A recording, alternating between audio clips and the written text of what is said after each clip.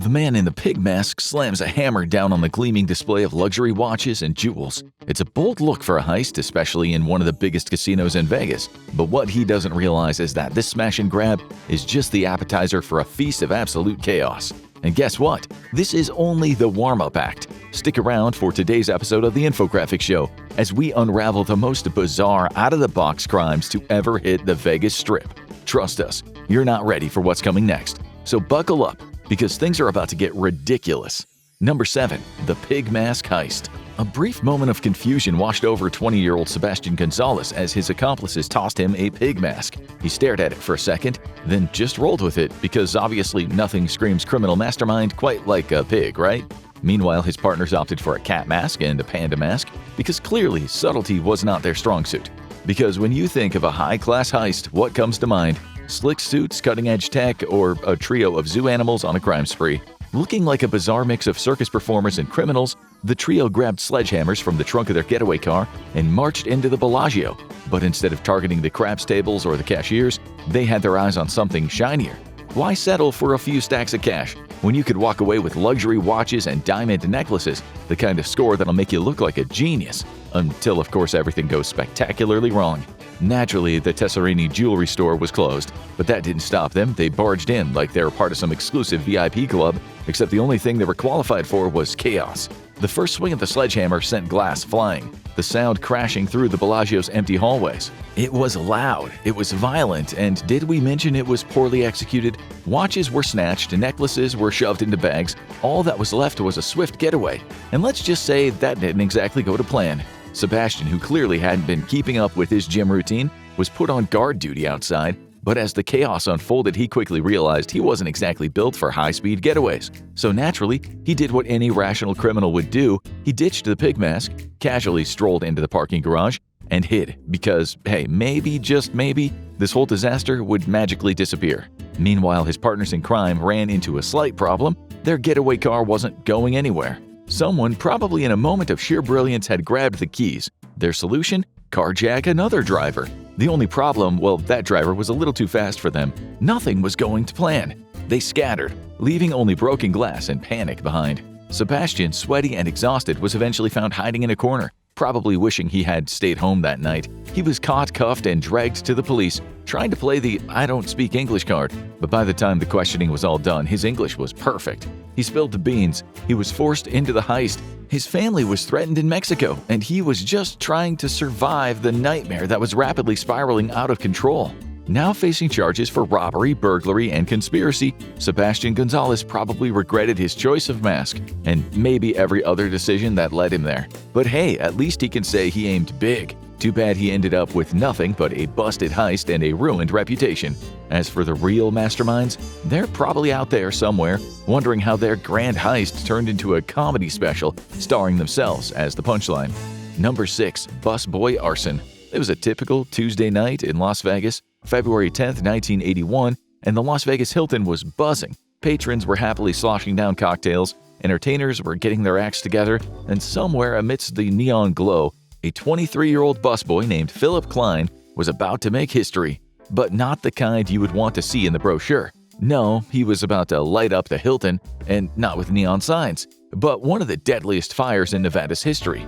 Klein had just clocked out for his break, looking forward to a quick breather before jumping back to his hotel duties. Around 8 p.m., Klein noticed a small fire in the 8th floor elevator lobby.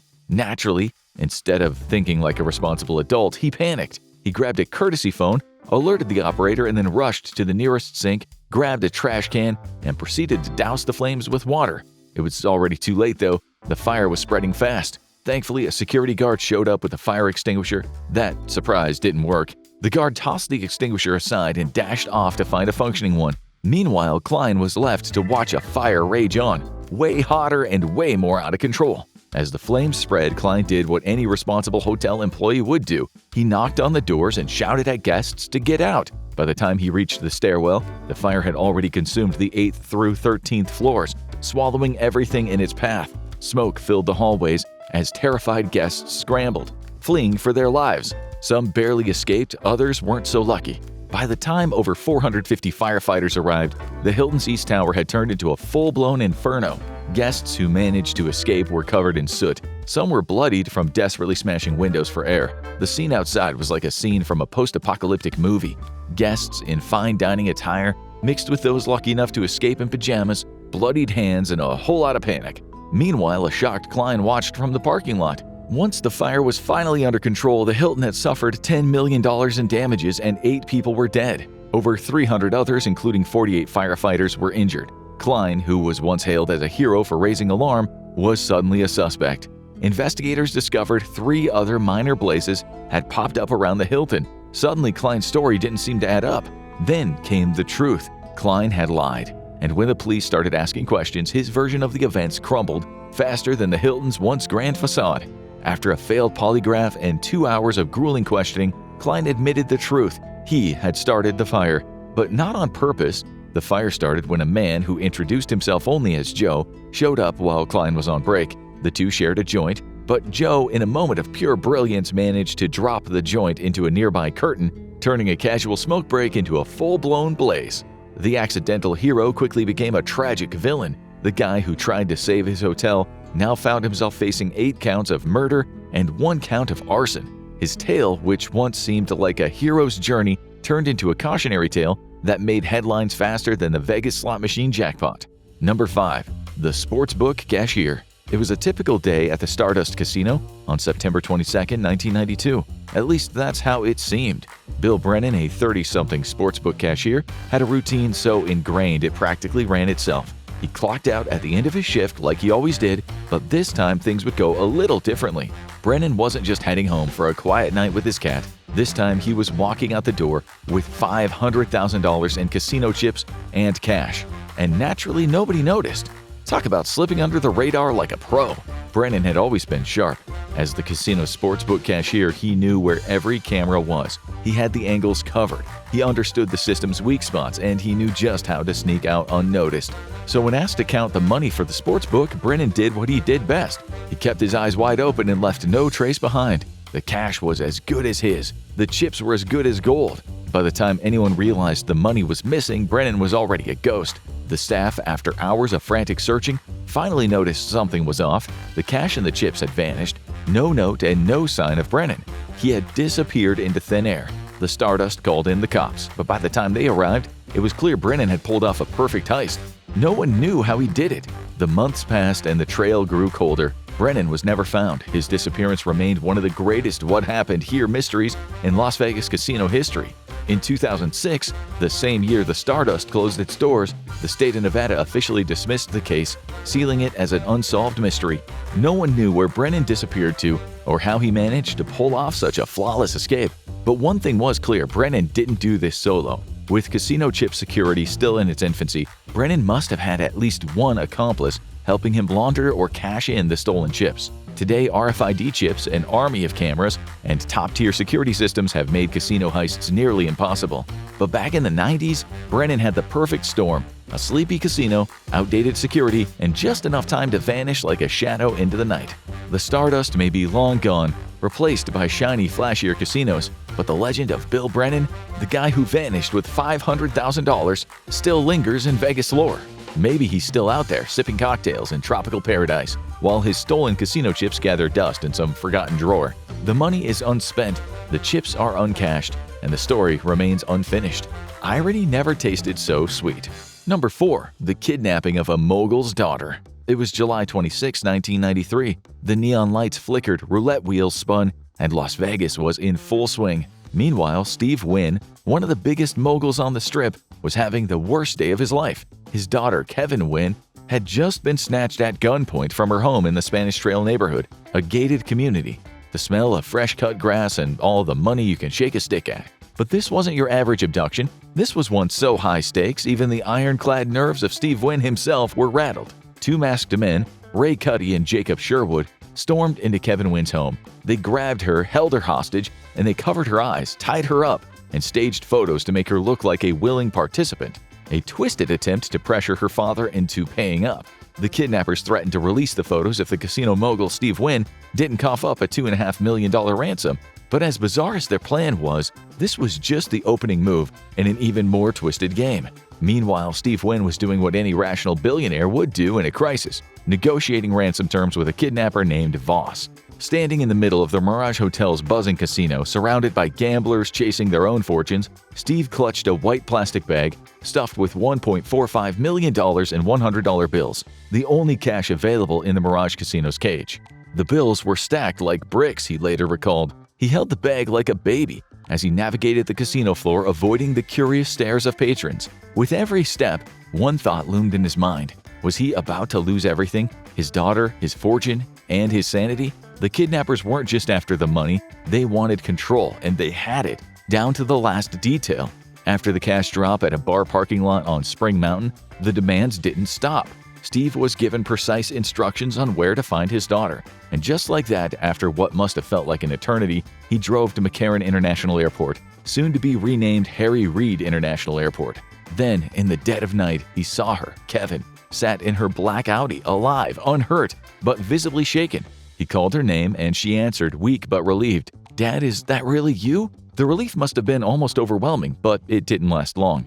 The consequences of this night would haunt the Wynn family for years to come. The mastermind behind the scheme, Ray Cuddy, was no stranger to the underworld or reinvention. A former circus performer turned blackjack dealer turned health club manager, Cuddy had a flair for the dramatic. And when he orchestrated the kidnapping of a Wynn heir, he knew exactly what he was doing, targeting one of the most powerful figures in Las Vegas. But like all good criminals, Cuddy's arrogance led him down a familiar path of bad decisions. He tried to buy a Ferrari in Newport Beach with some of the ransom money. It didn't take long for the authorities to connect the dots, and soon he was arrested while trying to finalize the purchase of the sports car. His accomplices weren't exactly criminal masterminds either. Jacob Sherwood was arrested, tried, and convicted alongside Cuddy. A third accomplice, Anthony Watkins, who had served as a lookout, was also convicted. Then there was Spyro Kemble, the suspected getaway driver, a real estate broker with a knack for bad decisions. Kemble turned state's evidence, cooperating with authorities in exchange for a reduced sentence. But at least he got to watch the whole thing implode from the sidelines. In the end, Steve Wynn got his daughter back, but not without a few scars, both literal and financial. The Wynn family had to deal with the mess that came with a trail of money laundering, extortion, and kidnapping charges trailing the criminals. Despite the trauma, Steve's empire kept growing. New hotels and casinos popped up on the Strip, but the shadow of that night never fully lifted. Ray Cuddy, after years of vacationing in a prison cell, was released in 2015. We can only imagine the realization that his Ferrari dreams were, well, a little bit out of reach. Probably not the fairy tale ending he had envisioned. If you're gonna kidnap the daughter of one of the most powerful men in Las Vegas, you might as well go big or go home. Just don't get caught. Because even in the world of high-stakes crime, bad decisions are still, well, bad decisions. Number 3. The Hopper family. In 1992, Jeff Hopper, a 26-year-old with a baby face and a losing battle with a bald spot, had a plan. And by a plan, we mean a low-budget scheme so ridiculous it could have been the script for a bargain bin reality TV heist. Think Ocean's 11 if it was filmed on a Groupon budget. More smoke bombs, less sophistication, and a family dynamic straight out of a disaster movie. Jeff, strung out on cocaine, hatched a plan to snatch $500,000 in cash, plus another $600,000 in checks. It wasn't exactly brilliant, but hey, it was a heist. On a Monday morning, Jeff made his move. He parked his silver Honda just outside the Stardust Hotel, perfectly lined up to intercept the incoming armored truck. Dressed in a baseball cap, cheap sunglasses, and a fake beard, because nothing screams professional thief like a costume shop special, he waited for his cue. Inside, the Stardust was a shell of its former self. The once glamorous mob-run casino had long lost its shine. Now just another grind joint catering to the hopeful and the desperate. But none of that mattered to Jeff. He wasn't here for the nostalgia, he was here for the cash. He'd done his homework. Every detail, every second of the armored truck's arrival had been timed to perfection. After watching it for weeks, he knew exactly when to strike. The guards would be distracted by a totally believable fight at the pool. And that is when Jeff's brother Bobby and Bobby's friend Wes would spring into action. When the chaos kicked off, it was all hands on deck. Smoke bombs, the kind you would see at a kid's birthday party, went off near the slot machines, sending gamblers into a frenzy. Panic erupted across the casino floor. Some guards abandoned their posts, rushing toward the totally real fight erupting on the casino floor. Meanwhile, Bobby, the guy working the angles, made his move. He grabbed the bags of cash, and when a guard reached for his gun, Bobby's .45 caliber pistol ensured that idea faded fast. Bobby and Wes tore through the employee hallways, stuffed the cash into the cars, and bolted for the parking lot. like they just pulled off the perfect crime. Their getaway car? None other than Royal Hoppers, Jeff and Bobby's father, a man who treated prison like a second home. They sped off in two vehicles, one driven by Royal, the other by Jeff. Feeling unstoppable, Bobby and Jeff caught a flight home to Texas, high on the thrill of success and ready to live large. Wes followed later. Meanwhile, Royal took a different route, driving to California and discreetly shipping boxes of cash to the family. In Texas, the group didn't waste any time. They threw a bonfire party, celebrating their win with fast cars, fake boobs, and big dreams of spending their ill-gotten gains on whatever their heart desired. As they sat around the fire, throwing checks and deeds into the flames like some sort of twisted ritual, they figured they were free and clear. They laughed, they joked, and they replayed the heist like it was a scene from a bad action movie. Jeff had big plans. He wanted to pay off his child support, get custody of his daughter, and buy his way into a new life in Mexico. But of course, things didn't exactly pan out. Enter Tina, Jeff's girlfriend, and a walking bad decision. She got busted on a cocaine possession charge and, desperate to cut a deal, handed the authorities everything on a silver platter. Not long after, the FBI showed up at Jeff's door. He was in too deep to back out. They questioned him, but Jeff didn't crack. He wasn't about to give them the satisfaction. What he didn't know was that his dad, Royal, had already been caught, and he was spilling secrets faster than a busted pipe. The cops had connected the dots, the Hoppers were known, and just like that, Jeff's big plans went up in smoke. The DA turned up the heat, making it clear that they weren't just coming for Jeff, they were coming for his mom and his sisters too. And just like that, Jeff cracked. He pled guilty to the Stardust robbery. But he wasn't about to go down alone. Like a true survivor or a terrible brother, he threw Bobby, Wes, and even Royal under the bus. Royal was completely unfazed. As long as he was going down with his sons, he didn't care. In the end, the Hoppers, a family that could have starred in a crime reality TV show, stood in court together pleading guilty. Royal got 19 years, Bobby got 14, Wes got 10, and Jeff, because he made sure everyone got caught, only got 5 for snitching. After prison, Jeff found God. He started focusing on prison ministry and even giving back to those who were about to pull off their own Ocean's 11 heist. Number 2. The Biker Bandit. In 2010, 29-year-old Tony Carleo was about to make the Bellagio his personal playground, but not in the usual way. He wasn't there to drop chips at the craps table or sip cocktails at the bar. Tony was there to steal chips, big time. It was 4 a.m. on a Tuesday, and Carleo parked his Suzuki motorcycle by the valet stand. Then he suited up in dark coveralls, rubber gloves, and a motorcycle helmet with the visor down. Tucked in his front pocket was a gun, just for deterrence reasons. As he entered, Carleo gave the casino's lone security guard, an elderly woman sitting in a booth by the door, a casual wave. She waved back, blissfully unaware that she was about to become part of a crime scene. Inside the Bellagio was eerily quiet. No one was around except the blinking, chirping slot machines. Carleo had done this before. Just 5 days earlier, as a warm-up act, he had robbed the Suncoast Casino for $19,000. This time, he was after bigger fish, the high-limit craps table. The only open table at this hour came into view, stacks of bright chips piled high. He gave the dealers a quick glance and then shouted, "Move, move!" And that's when the chaos erupted. Dealers and players dove for cover like they were in an action movie. But Carleo wasn't worried about their safety. He was too busy stuffing his backpack with stolen chips, $1,000 chips, $5,000 chips. He grabbed as many as he could, and then it was time to run. He sprinted toward the exit, but a previous knee injury slowed him down, turning the getaway into a painful struggle. At the double doors, a valet attendant blocked his path. Carleo waved the gun. The man stepped aside. With a rev of the engine, he tore out of the casino, leaving behind a trail of chaos and stolen chips. The only problem, well, he'd stolen $1.5 million in chips, not cash, which meant that he was now the proud owner of a fortune that he really couldn't use without getting caught. But at the moment, he felt like a king. The night after the robbery, Carleo strolled into the Bellagio with all the swagger of a man who had the world at his feet. He bought into the poker game with money from his previous heist, slipped in a few $5,000 chips, and blended in. The dealers didn't bat an eye. Why would they? He was just another guy with too much money to care. It didn't take long for Carleo to feel invincible. He wasn't worried until he caught wind of a little thing called the Biker Bandit story making the rounds on the news. His own heist was getting more attention than he ever imagined. A few days later, he found himself back at the craps table, the very one he robbed. People around him were talking about the robbery, about the Biker Bandit, and Carleo couldn't help but soak it all in.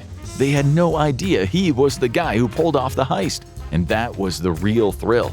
He was the one who knew the truth, and he kinda loved it. They thought that the guy who stole $1.5 million would be long gone, But here he was, placing bets at the very table he looted just days earlier. The Bellagio, like all good casinos, didn't miss a trick. Carleo got himself a casino host, someone to shower him with steak dinners, sweets, and all the perks a high roller could want. It's like he was on the inside, living the high life, yet still somehow he managed to stay under the radar. But of course, when you have millions in stolen chips, staying low isn't as easy as it sounds. By now, Carleo had blown through thousands of his stolen chips, living it up with drugs, women, and a lifestyle he could have never afforded otherwise. But it wasn't just the fun that drained him. It was the chips, those pesky $25,000 cranberry chips. They were only useful for the highest rollers, and Carleo wasn't on that list. Still, he pressed on. After all, what else could he do with them? They were his ticket to even more trouble. Eventually, it was the smallest mistake that brought Tony Carleo down. So caught up in his world of stolen chips and high-stakes poker, he didn't even realize how quickly the net was closing in around him. His downfall started with an online poker forum. Someone had created a thread about the Bellagio heist, and users began debating on how they would hypothetically get rid of the stolen chips. Carleo couldn't resist. He got in touch, and in a moment of sheer arrogance, he emailed a forum user a photograph of 2 stolen $25,000 cranberry chips signed by the biker bandit. That forum user sent the evidence straight to the authorities. Las Vegas police traced the email's IP address, leading them to a location that made the case even more bizarre. Carleo had sent it from the home of his father, Judge Jord Assad. A sting operation was put into place, a buyer was lined up for the stolen chips, and just like that, Carleo's luck finally ran dry. After weeks of living like the world's luckiest thief, he suddenly found himself cornered. In a Bellagio bathroom, he handed over his last stolen chips to Dominic, the undercover cop posing as the eager buyer. The trap was sprung. Carleo, too cocky and too deep in the game, wasn't the one pulling the con. He was the one who got played, and a 9-year sentence for his troubles. Number 1. The Lady Heist. The day felt like just another ordinary one in Las Vegas, but for Heather Tallchief, it was anything but. She was about to pull off one of the biggest heists in the city's history. An armored van belonging to her employer, cash-handling giant Loomis, sat stuffed with millions in cash, and Heather had very big plans for it. At 8 a.m. on October 1st, 1993, while her fellow couriers filed out of the van to load the ATMs at the Circus, Heather didn't hesitate. With a quick flick of the gears, she slammed the van into motion, ripped out of the parking lot, and took off like a getaway driver auditioning for an action movie. She didn't look back. The rush was like nothing she had ever felt. Her heart was pounding with the thrill of executing a plan she had been trained for by Roberto Solis, the man who had pulled her into a life of crime. At just 21 years old, Heather was already deep in the criminal underworld, completely enthralled by a man who wasn't just her lover, but her teacher in the most twisted way possible.